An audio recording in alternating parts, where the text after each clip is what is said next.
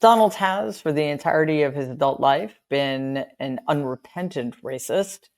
There's a mountain of evidence to support this contention.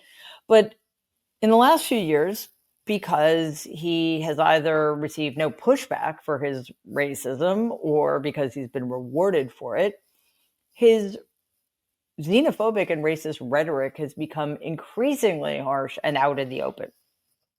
He's been using recent events, for example, the shooting of two National Guard troops in Washington, D.C. by an Afghan immigrant, to justify unwarranted crackdowns on communities of color, as if he needed an excuse. Anyway, he's been doing that since his first term began in January of 2017.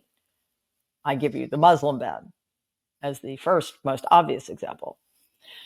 Donald recently wrapped up a cabinet meeting when he was finally able to stay awake with a racist monologue directed toward people from Somalia. Here's what he had to say. Somalians ripped off that state for billions of dollars, billions, every year, billions of dollars, and they contribute nothing. The welfare is like 88%. They contribute nothing. I don't want them in our country, I'll be honest with you, okay? Somebody would say, oh, that's not politically correct. I don't care. I don't want them in our country. Their country's no good for a reason. Their country stinks, and we don't want them in our country. I could say that about other countries, too. I can say it about other countries, too. We don't want them to hell. We have to rebuild our country. You know, our country's at a tipping point. We could go bad. We're at a tipping point. I don't know if people mind me saying that, but I'm saying it. We could go one way or the other, and we're going to go the wrong way if we keep taking in garbage into our country. Ilhan Omar is garbage. She's garbage. Her friends are garbage. These aren't people that work. These aren't people that say, let's go, come on, let's make this place great. These are people that do nothing but complain. They complain. And from where they came from, they got nothing. You know, they came from paradise, and they said, this isn't paradise. But when they come from hell, and they complain, and do nothing but bitch, we don't want them in our country. Let them go back to where they came from and fix it. Thank you very much, everybody. Yeah, see, that's what I'm talking about. He doesn't just get away with it, he gets applauded for that grotesque and vile screed. Donald is actually trying to turn the United States of America into that version he has in his addled brain of Somalia. The only person in this scenario who is garbage is Donald Trump. Or I should say, the only people in this scenario who are garbage are Donald Trump and the cabinet members who actually applauded his viciously inhumane and racist rant. He doesn't know what he's talking about. He is constantly describing himself in an attempt to target other people in vulnerable communities simply because of the color of their skin. Donald complains incessantly. Donald has done nothing. He has contributed nothing to our society. He has contributed nothing to humanity. He is a taker. He is a loser. He is the problem. He is the garbage.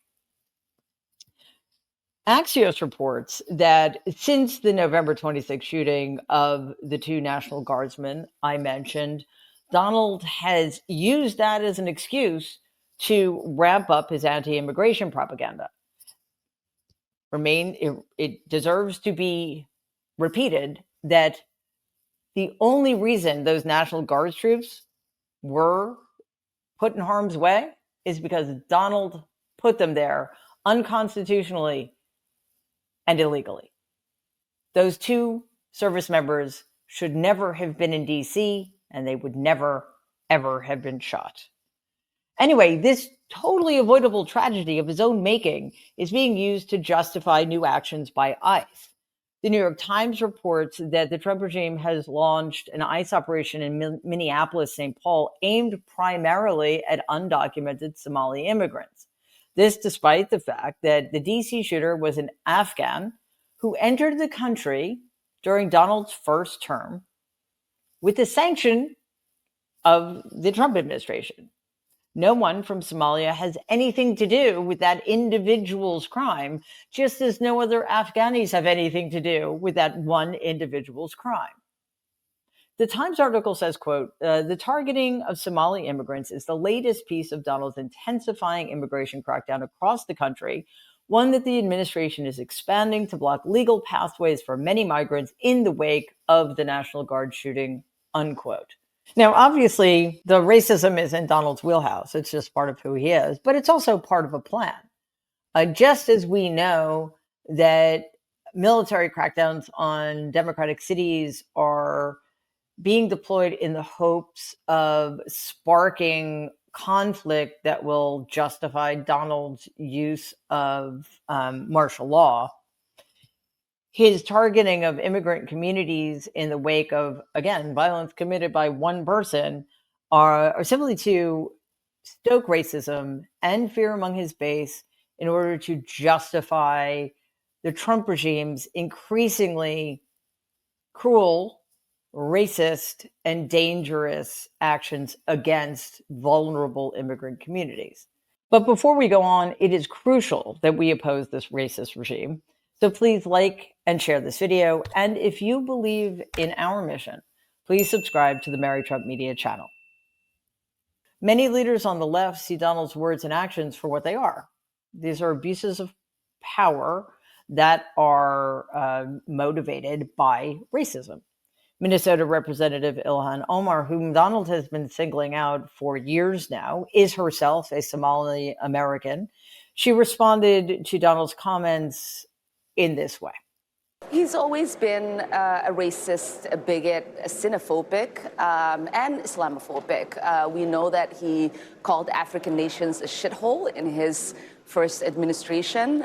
We know that when he came down that escalator, he said he was going to stop Muslim immigration into this country. And so it is not surprising that he is going after Black immigrants in this country. And it's certainly not surprising that he's choosing a Black immigrant community that is also Muslim. But what I would like to say is that most of us are citizens. On our passport, it says we are nationals of this country. We love that Minnesota has welcomed us. Many of us have not been settled in Minnesota. We chose it as a home because the Minnesota people and the state is beautiful and very welcoming. And we are going to be here regardless of what the president has to say.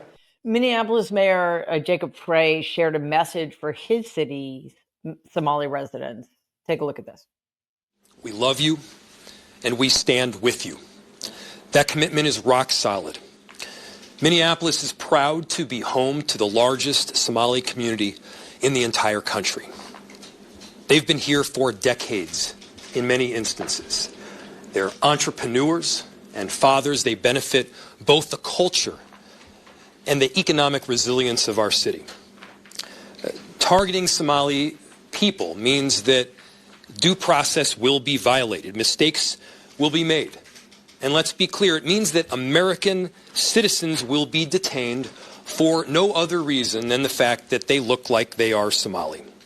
People around the world have responded, or I should say reacted, to Donald's increasingly blatant racism with a combination of shock and horror, although, again, I don't think at this point anybody has a right to be shocked by his racism. In comments collected by Reuters, Abdisalan Omar, a central Somalia resident, said, quote, presidents who speak in such a way cannot serve the U.S. and the world, unquote. And Somalia's Prime Minister Hamza Abdi Barre said, quote, Donald has insulted many countries, including Nigeria, South Africa. There are things that do not need comment. We just leave and skip. It is better to ignore than to make his words look like an issue, unquote. Well, I mean, this is a problem we've faced for a long time now. When do you ignore him? When do you pay attention to him? I think we need to pay attention to the fact, not simply that his racist rhetoric is becoming more extreme, but that the policies that go along with the rhetoric are also becoming more extreme, and that we cannot ignore. In his despicable remarks, Donald said something that I actually agree with. He said, "This country is at a tipping point. We could go bad," he said in his eloquent way. Well, we are going bad, and it's because Donald is in the Oval Office. The only way we turn this thing around is for enough Americans to wake up and pay attention to the fact that the person that 78 million people decided to put back in the Oval Office in January of this year will do everything he can to dismantle what is best about this country, including destroying the lives of any immigrants who just happen to be, as far as he is concerned, and as far as the fascist Republicans are concerned, the wrong color. We need to decide if that's really who we want to be. Please take a second and like and share this video. It'd be awesome if you could subscribe to the channel. If you're listening to us in podcast form, please follow us and give the show a 5-star rating, because it really does help other people find our content. Thanks.